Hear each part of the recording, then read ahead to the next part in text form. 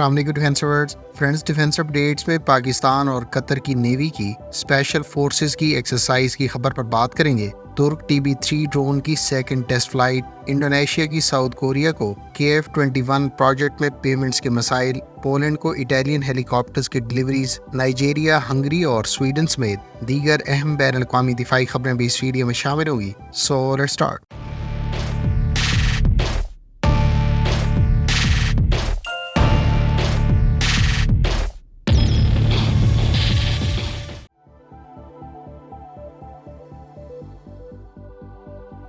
Friends, Pakistan navy special service group और कतरी naval special forces के माबैन दो तरफा एक्सरसाइज मुहारिबुल बहर के छठे एडिशन का कराची में इनेकाद किया गया है। ये एक्सरसाइज हर साल मुतबादिल तौर पर पाकिस्तान और कतर में मुनक्किद की जाती है। 2 हफ्तों तक जारी रहने वाली इन मशकों में frogman operations, coordinated maritime interdiction operations, ship visit, search and seizure, sniper weapon firing, इंसदाद दहशतगर्दी की ट्रेनिंग के अलावा close quarter combat, fast rope insertions पर मुश्तमिल मनूवर्स शामिल थी। पाकिस्तान नेवी के हुकाम का कहना है कि इन मशकों का बुनियादी मकसद दोनों मालिक के दिफाई ताल्लुकात को मजबूत बनाना और Pakistan navy special service group और कतर की नेवल स्पेशल फोर्सेस के बाहमी ताउन और मुश्तरका ऑपरेशंस की सलाहियत को बेहतर बनाना था।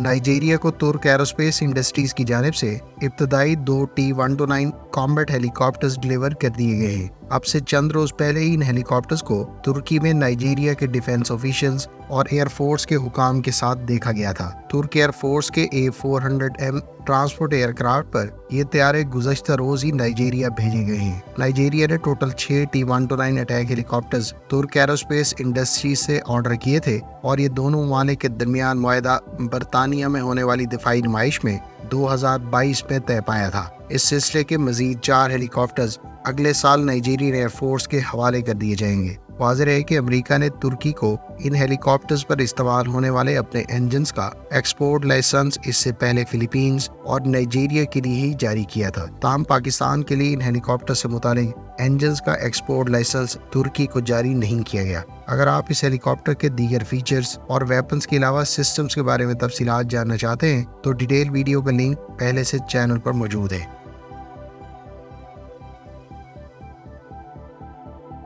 फ्रेंड्स, साउथ कोरिया की डिफेंस एक्विजिशन प्रोग्राम एडमिनिस्ट्रेशन ने इंडोनेशिया की अक्टूबर के आखिर तक पेमेंट्स के हवाले से KF-21 प्रोग्राम से मुतालिक शेड्यूल की अदम दस्तयाबी पर अपने तहफ़्फ़ुज़ात का इजहार किया है। इसके साथ ही दोनों मालिक के दरमियान KF-21 पार्टनरशिप से मुतालिक मज़ीद खदशात का इजहार किया जा रहा है। ख्याल रहे कि 2016 में इंडोनेशिया ने तकरीबन $958 मिलियन इस प्रोजेक्ट में इन्वेस्ट करने का ऐलान किया था, जो इस प्रोजेक्ट की ओवरऑल कॉस्ट का 20% बनता था। साउथ कोरिया की जानिब से इस इन्वेस्टमेंट के बदले में इंडोनेशिया को प्रोटोटाइप तैयारे की फराहमी के अलावा 48 फाइटर एयरक्राफ्ट, मकामी सतह पर प्रोडक्शन से मुतालिक टेक्निकल असिस्टेंस की यकीन दहानी करवाई गई थी। ताहम इस प्रोजेक्ट के हवाले से इब्तदाई प्रोटोटाइप्स की डेवलपमेंट में तेजी के बावजूद इंडोनेशिया की जानिब से अब तक सिर्फ $208.7 मिलियन ही साउथ कोरिया को प्रोवाइड किए गए हैं, जबकि साउथ कोरिया को अभी तक इंडोनेशिया की जानिब से $740 मिलियन से जायद की अमाउंट आउटस्टैंडिंग है। दोनों मालिक के दरमियान अब से कुछ अर्सा पहले इस बारे में अक्टूबर की डेडलाइन तय की गई थी, जिसमें इंडोनेशिया ने इन पेमेंट्स के हवाले से फाइनल स्केड्यूल फराहम करना था। वाज़ेह है कि KF-21 दोनों मालिक का 4.5 जनरेशन फाइटर एयरक्राफ्ट है, जिसमें अमरीकी साख्ता इंजन्स का इस्तेमाल किया जा रहा है, जबकि इसमें बहुत से यूरोपियन और अमरीकी साख्ता वेपन्स के अलावा साउथ कोरियन म्यूनिशंस का इस्तेमाल किया जाएगा।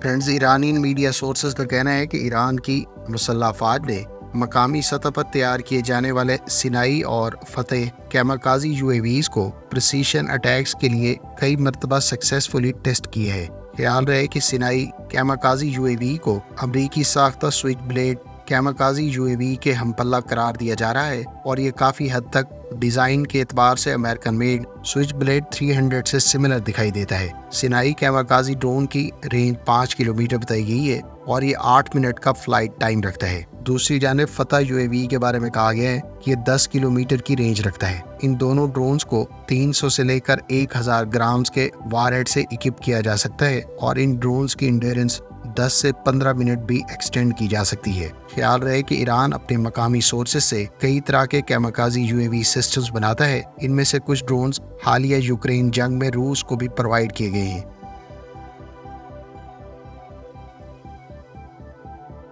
فرینڈز، یورپین کمپنی ہنگری نے ترک کمپنی نیرول مکینا کے ساتھ مقامی سطح پر وہیکلز کی پروڈکشن سے متعلق کانٹریکٹ سائن کیا ہے۔ اس کانٹریکٹ کے تحت ٹرکش کمپنی کی تیار کردہ 4x4 ٹیکنیکل ویل وہیکلز کو ترکی کے تعاون سے ہنگری میں ہی تیار کیا جائے گا۔ خیال رہے کہ نیرول مکینا نے اس سے پہلے استونیا کے ساتھ 100 NMS 4x4 وہیکلز کا کانٹریکٹ سائن کیا ہے، جبکہ ہنگری کی جانب سے ان وہیکلز کی مقامی سطح پر پروڈکشن سے ترک کمپنی کی یورپین مارکیٹ میں گروتھ میں مزید اضافہ متوقع ہے۔ ہنگری کی جانب سے ابتدائی طور پر نیرول مکینا سے ایچدرجالسن 4x4 technical wheel vehicles acquire کی گئی تھی، جبکہ اب ان وہیکلز کو بڑی تعداد میں ترکی کے تعاون سے ہنگری میں ہی تیار کیا جائے گا۔ نیرول مکینا اور ہنگری کی کمپنی کے درمیان طے پانے والی اس ڈیل کے موقع پر ہنگری کے حکام کا کہنا تھا کہ اس جوائنٹ پروڈکشن سے تقریباً 200 لوکل افراد کو روزگار کے مواقع حاصل ہوں گے۔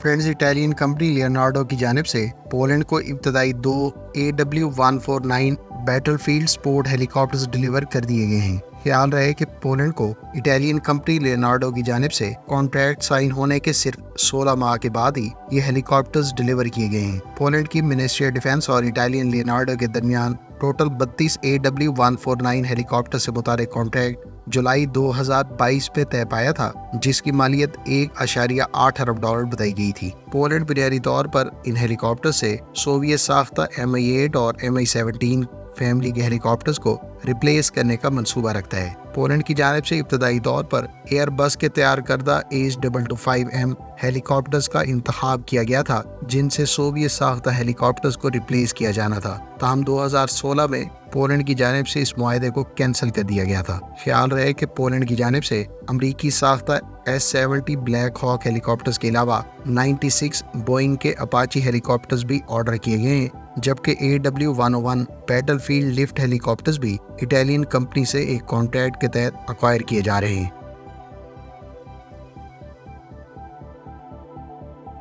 فرینڈز، ترکی کے انڈر ڈیولپمنٹ TB3 ڈرون کو دوسری مرتبہ کامیابی سے ٹیسٹ فلائی کیا گیا ہے۔